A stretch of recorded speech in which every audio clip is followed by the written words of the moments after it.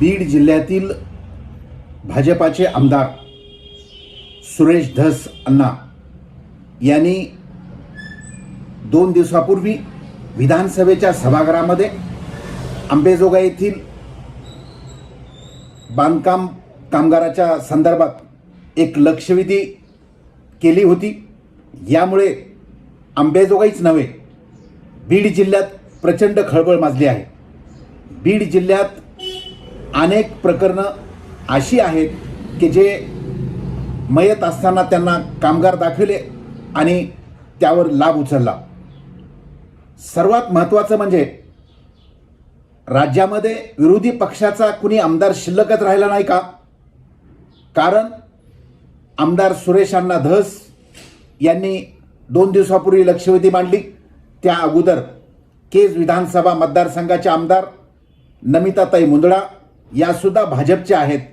त्यांनी केज नगरपंचायतमधील घरकुलाचा घोटाळा उघडकीस आणला। सहसा अपेक्षित विरोधी पक्षाच्या आमदारांनी सरकारच्या या धोरणाच्या विरुद्ध विधानसभेमध्ये विधान परिषदेमध्ये लक्षवेधी मांडून प्रकरणं धसास लावण्याची प्रथा होती। मात्र अलीकडे विरोधी पक्षाचा आमदार विधानसभा व विधान परिषदेमध्ये कोणी शिल्लक राहिला नाही का, असा प्रश्न बीड जिल्हाच नव्हे तर महाराष्ट्रातील जनतेला पडतोय। कारण दोन्ही आमदार भाजपचे आहेत, तरीही सत्ताधारी पक्षाच्या आमदारांनी ही प्रकरणं उघडकीस आणल्यामुळे असा प्रश्न पडणे स्वाभाविक आहे। दुसरं महत्त्वाचं म्हणजे गेली काही वर्षापासून या मजूर कामगारांचा विषय सतत चर्चेत आहे। या संदर्भात ज्यांच्यावर आरोप झाले ते शिवसेना एकनाथ शिंदे यांच्या गटाचे आहेत।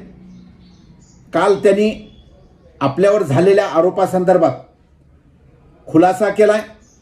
त्यात त्यांनी थेट जिल्हाध्यक्षावर गंभीर आरोप केलेत।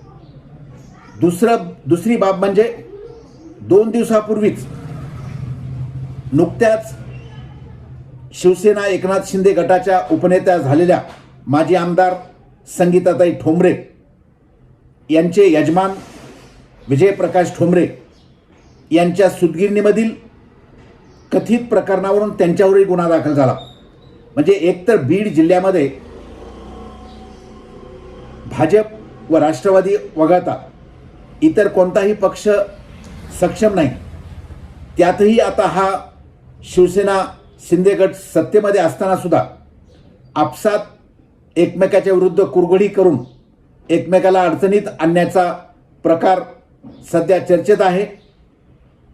गजानन मोडेगावकर यांनी खुलासा केला, मात्र या संदर्भात जिल्हा प्रमुख मुळूक यांनी या संदर्भात अद्यापही त्यांची प्रतिक्रिया आलेली नाही। नेमकं ते तक्रारदार आहेत। आमदार धस यांनी लक्षवेधीच्या वेळेला हे सर्व सत्यता पुराव्यासह मांडली। त्यामध्ये चौकशी होईल, जे कोणी दोषी असतील तर त्यांच्यावर कार्य होईल। दुसरा एक महत्त्वाचा जो विषय चर्चेला जात आहे, अंबाजोगाई नगर परिषदेच्या प्रशासनातील काही अधिकाऱ्यांनी यावर स्वाक्षऱ्या केल्याची चर्चा होती। मात्र नगर परिषद प्रशासनाकडून अधिकृत खुलासा जरी आला नसला तरी यामध्ये नगर परिषद प्रशासनाचा कुठेही संबंध नाही अशा पद्धतीचा खाजगीमध्ये नगर परिषदचे कर्मचारी अधिकारी खुलासा करत आहेत।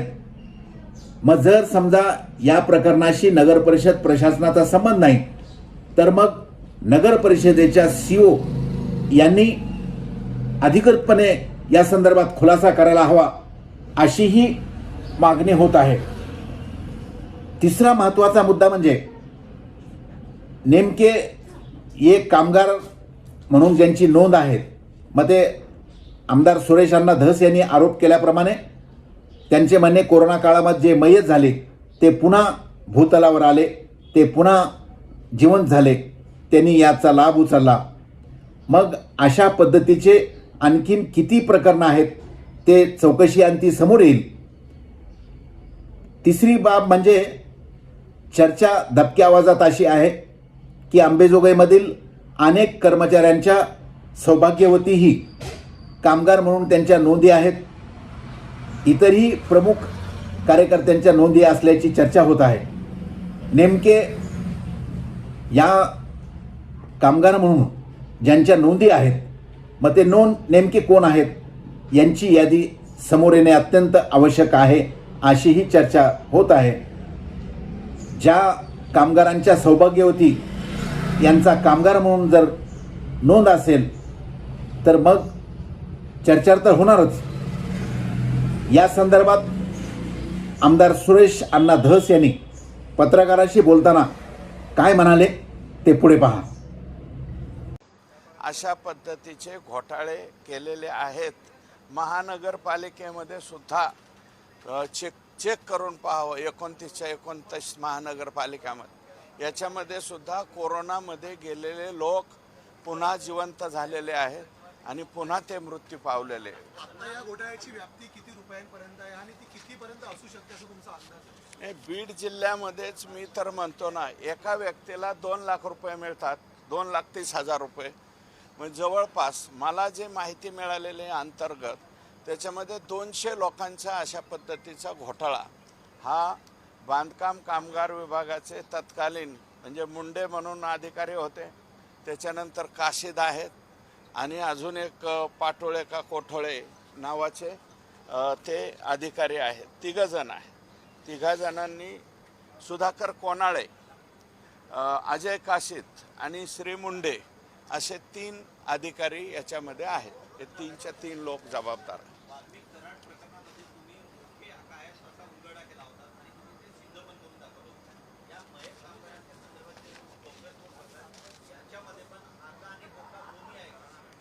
हे बांधकाम कामगार विभागातले प्रमुख अधिकारी आणि नगर परिषदा, नगर पंचायती, नगरपालिका इथले खालचे जे अधिकारी आहेत, ज्यांना मोह सुटत नाही पैसे खाण्याचा. कुठे पैसे खावेत तर गेलेल्या माणसांच्या मध्ये सुद्धा पैसे खाण्याची ही मानसिकता. नाही, कामकाजाचे काय याच्यामध्ये अट अशी आहे की 100 दिवस तो व्यक्ती कामावर पाहिजे. मग कोणावर दाखवायचा? XYZ व्यक्तीच्या घरी 100 दिवस कामाला होता. अरे कोणता व्यक्ती कामाला लावता याचं तरी भान ठेवा ना. जो 2013ला वारलेला आहे तो 2023ला कामावर कसा येईल? ते सुद्धा या ठिकाणी झालेलं आहे. ओके.